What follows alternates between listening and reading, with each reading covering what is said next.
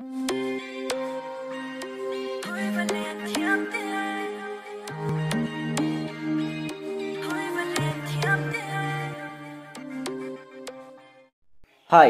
My name is Parvez Alam from ब्रो एनसीज legal study centre.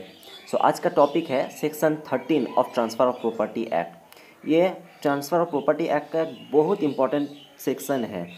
इसका नाम है transfer to unborn person. Now unborn person को हम प्रॉपर्टी ट्रांसफ़र कर सकते हैं या नहीं कर सकते, इसमें आने के पहले let's just see who is an unborn person. So, an unborn person means a person not in existence even in the mother's womb. A child in the mother's womb is considered to be a competent transferee. इसके मतलब ये है कि किसी person का existence उसके mother की womb में जब तक उसका एग्जिस्टेंस नहीं आ जाता उसको हम अनबोर्न पर्सन मानते हैं, और जब उसका एग्जिस्टेंस माँ की womb में हो जाता है या आ जाता है तब हम उसको एक कम्पिटेंट ट्रांसफरी मान लेते हैं। Coming to the object of section 13, there must be an owner for every property. Property should at all times vest in some person. Property should not be without an owner. एक terminology है res nullius, इसका मतलब है a thing which has no owner. So a thing which has no owner ये क्या होता है? It leads to destruction. चलो अब हम ये मान लेते हैं कि हमारे पास जो प्रॉपर्टी है वो सब प्रॉपर्टी को हम अपने फ्यूचर जो सब अनबोर्न पर्सन्स आएगा उन लोगों के नाम पे हम ट्रांसफ़र करने लगे, और ये जेनरेशन्स आफ्टर जेनरेशन्स यानी पीढ़ी दर पीढ़ी, या जिसको हम बंगाली में वंशो परम्पराई कहते हैं। सो अगर ये जेनरेशन्स आफ्टर जेनरेशन्स होने लगे तो क्या होगा? हमारे देश में फाइनेंशियल एंड इकोनॉमिक इंस्टेबिलिटी आ जाएगा।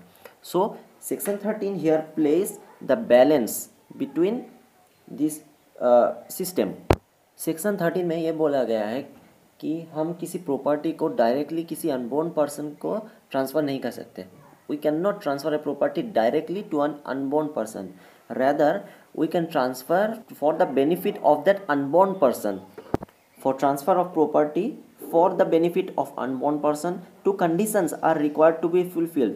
पहला वाला कंडीशन है prior life interest must be created in favor of person in existence at the date of transfer, and the second is absolute interest must be transferred in favor of the unborn person. चलो मान लेते हैं कि ए अपना एक property अपना बेटे का बेटे को ट्रांसफ़र करना चाहता है। यहाँ पे उसका जो पर पोता है यानी जिसको वो ट्रांसफ़र ही बनाना चाहता है वो अनबॉर्न है। सो ए का बेटा है बी, बी का बेटा है सी और सी का बेटा है डी। यहाँ पे डी अनबॉर्न है और बाकी सब लिविंग पर्सन है। सो यहाँ पर फर्स्ट कंडीशन होता है कि अगर ए को अपना प्रॉपर्टी डी के बेनिफिट के लिए ट्रांसफ़र करना है, डी अनबॉर्न है, so the first condition is D के पहले जो भी है प्रायर इंटरेस्ट मीन्स जो भी है उन लोगों के ऊपर प्रायर इंटरेस्ट क्रिएट करना पड़ेगा।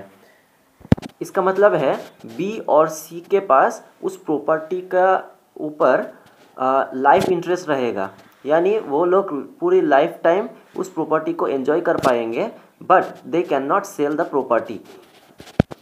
बी के मरने के बाद उस प्रॉपर्टी का लाइफ इंटरेस्ट सी के पास जाएगा एंड सी भी फुल लाइफ टाइम उस प्रॉपर्टी को एंजॉय कर पाएगा, but C will not be able to sell that property. The second condition is absolute interest must be transferred in favor of unborn person. यानी यहाँ पर D को जो unborn person है उसको absolute transfer ही बनाना पड़ेगा। He cannot be the life interest holder of that property. He must be given absolute interest over that property. So जब property D के पास आएगा then after attaining majority or after becoming the legal owner of that property, D can do whatever he wants with that property. He can either sell it or he can even transfer it to anyone he wants. हम सब रणबीर कपूर को पहचानते हैं, Bollywood actor. Ranbir Kapoor को भी ठीक इसी process में एक प्रॉपर्टी मिला था। रणबीर कपूर का बाप का नाम है ऋषि कपूर, उसका पिताजी का नाम है राज कपूर और उसका पिताजी का नाम है पृथ्वीराज कपूर। पृथ्वीराज कपूर जी जब जिंदा थे तब उन्होंने एक प्रॉपर्टी ट्रांसफ़र किया था अपना बेटे का बेटे के नाम पे, यानी today it is Ranbir Kapoor. तब जब उन्होंने प्रॉपर्टी ट्रांसफ़र किया था, राज कपूर और ऋषि कपूर जिंदा थे और तब ऋषि कपूर बहुत छोटा बच्चा था। सो पृथ्वीराज कपूर ने क्या किया, उन्होंने दिमाग लगाया और राज कपूर और ऋषि कपूर को उस प्रॉपर्टी का लाइफ इंटरेस्ट होल्डर बना दिया, यानी राज कपूर और ऋषि कपूर लाइफ टाइम के लिए उस प्रॉपर्टी को एंजॉय कर पाएगा। But they did not get the absolute ownership over that property. Instead, Ranbir Kapoor, who is the son of Rishi Kapoor, get that property absolutely. अब अगर रणबीर कपूर चाहे तो उस प्रॉपर्टी को सेल भी कर सकता है या किसी को ट्रांसफ़र भी कर सकता है या उसके मन में जो आए, जो ख्याल आए वो कर सकता है। He is now the absolute owner of that property. Now let's see the applicability of section 13 over Hindu law and Muslim law. Previously, a gift on bequest in favor of unborn child was void, but the Transfer of Property Act 1882 made it valid by the provisions of section 13.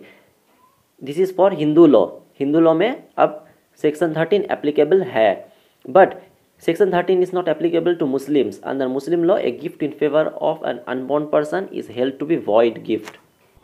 So coming to the case law, we have a famous case law named Girish Dutt versus Datadin. Here the apex court made important observations. A made a gift for her property to B, who was her nephew's daughter. The gift made by A was made for the life of B and then to B's daughter without power of alienation. And if there was no heir of B, whether male or female, then to A's nephew.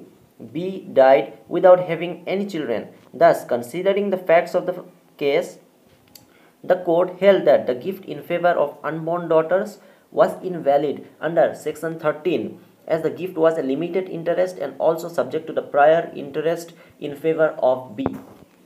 हमारे पास और एक case law है, ये भी एक famous case law है, Raja Bajrang Bahadur Singh versus Thakurain Bakhtiyar Kaur. In the instant case, the apex court held that no interest can be created in favor of an unborn person, but when the gift is made to a class or series of persons, some of whom are in existence and some are non-existent, it does not fail completely. It is valid with respect to the persons who exist at the time of testator's death and is invalid with respect to the rest. So that's all for section 13. I hope you all like it. This is very important section of Transfer of Property Act. If you like it, make sure to support me by subscribing and see you in the next video. Till then, peace.